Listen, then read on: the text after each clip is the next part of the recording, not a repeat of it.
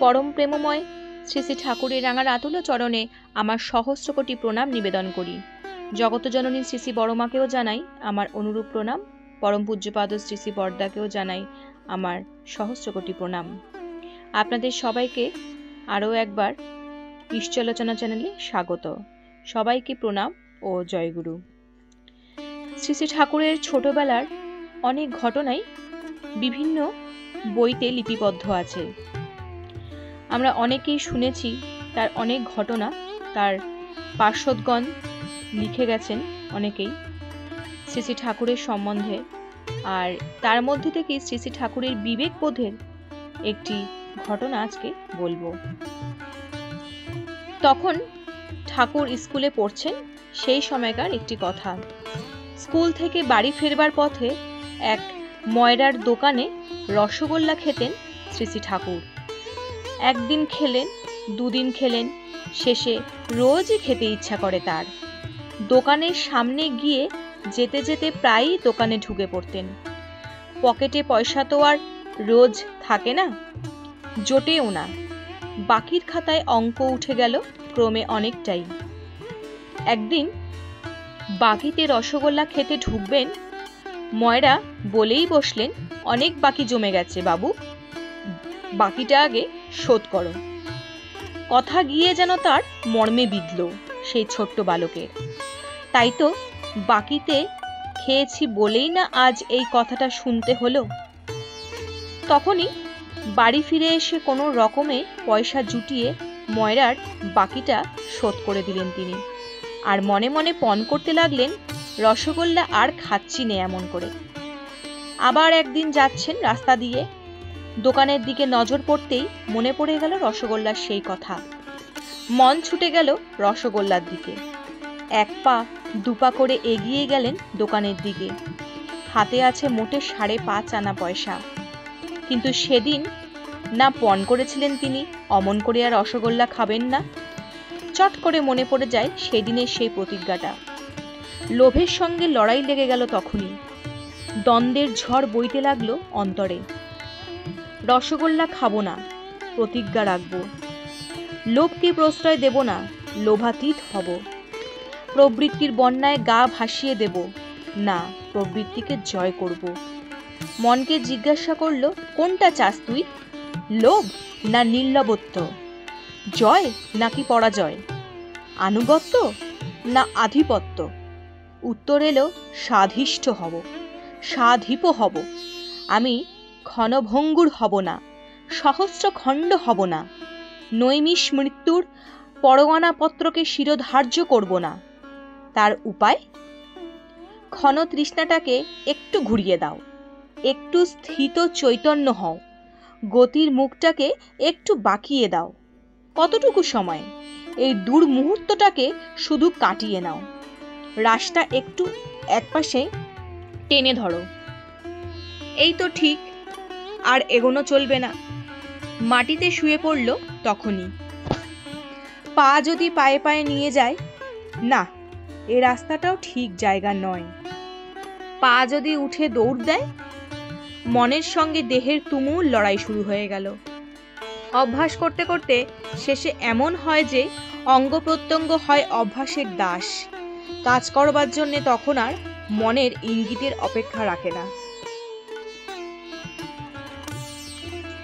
ওর অভ্যাসবশতা ভেঙে দিতে হবে। রাস্তার ধারেই ছিল অরহর ক্ষেত। দৌড়ে গিয়ে ঢুকে পড়ল অরহর ক্ষেতে। এক্কেবারে শুয়ে পড়লেন ক্ষেতের মাটিতে। কষে 2 হাত চেপে ধরে রইলেন শক্ত ওই অরহর গাছ দুটোকে। এবার আর উঠছি নে এই বলে, দেখি ও কেমন করে নিয়ে যায়। কিছুক্ষণ পড়ে থাকার পর ঝোঁকটা যেন অনেকটাই কমে গেল।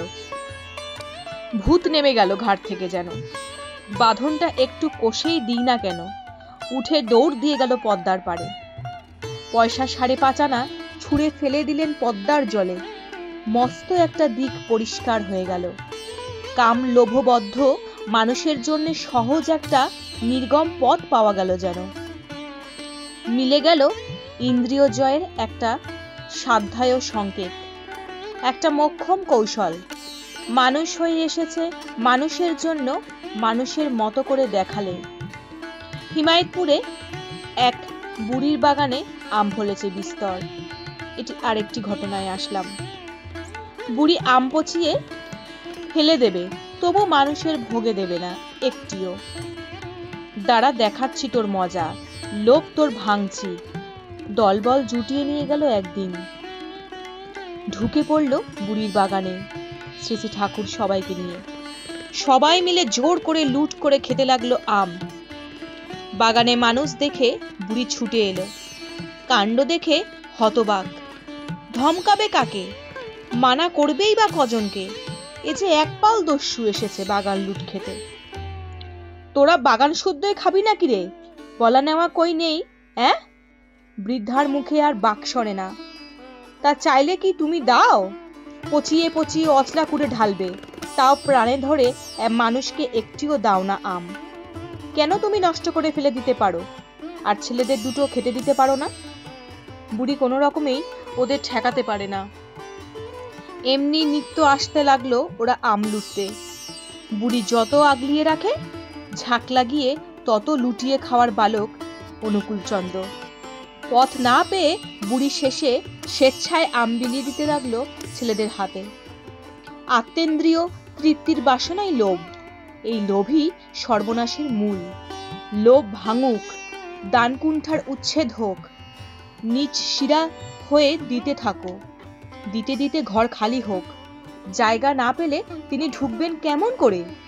তাকে পেয়ে পূর্ণ হতে হলে নিজেকে আগে শূন্য হতে হবে।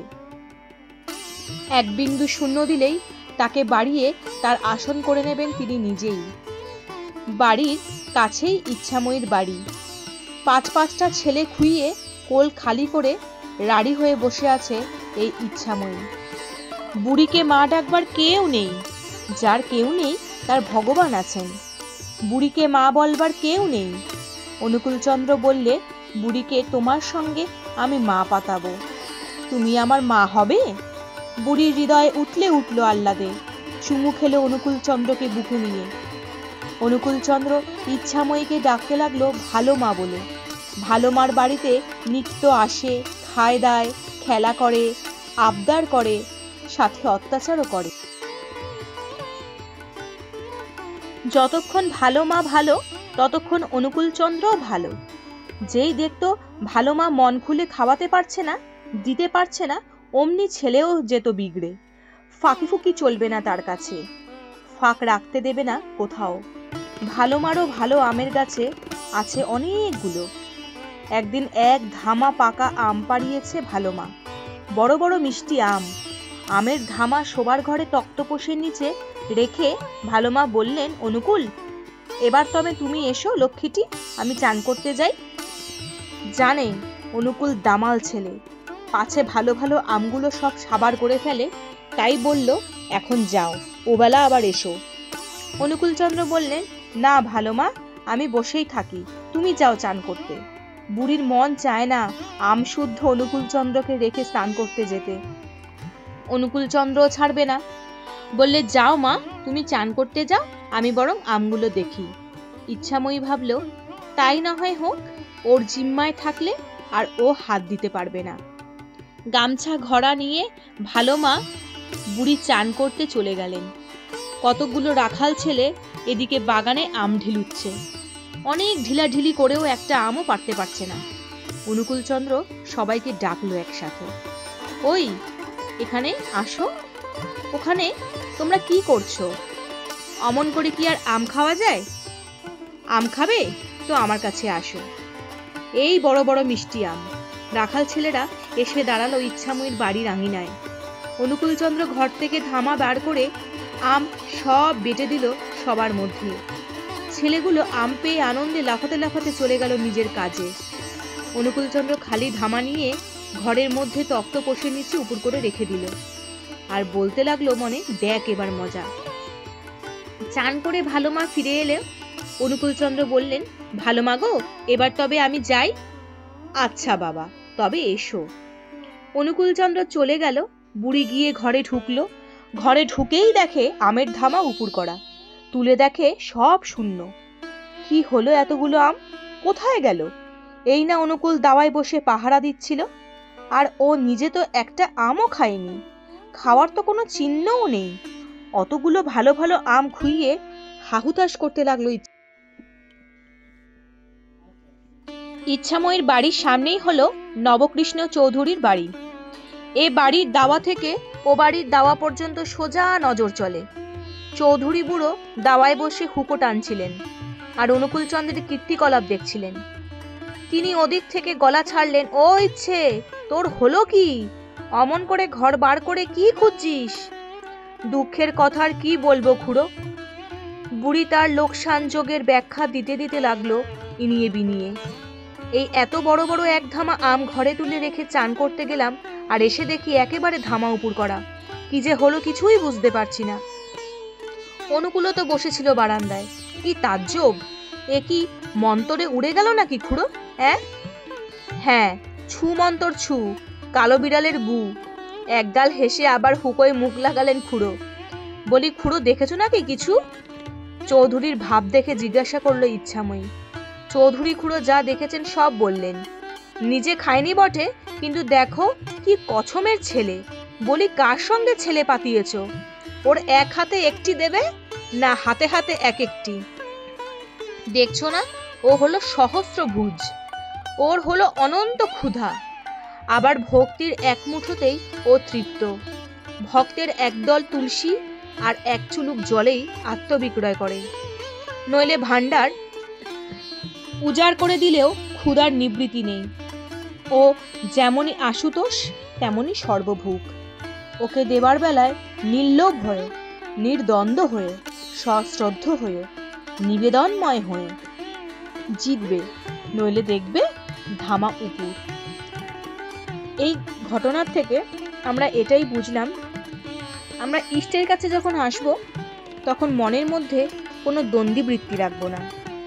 নিজেকে উজাড় করে, নিজেকে যদি শূন্য করে দিই, তবেই এই পুণ্য আমরা লাভ করতে পারবো।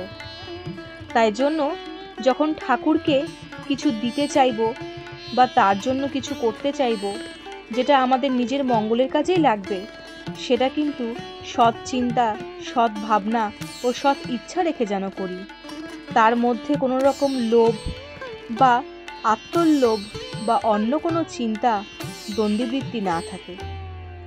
এটা ছিল বলেই ইচ্ছাময়ের মধ্যে শ্রী শ্রী ঠাকুর অন্তর্যামী, তিনি আগে থেকেই বুঝতে পেরেছিলেন।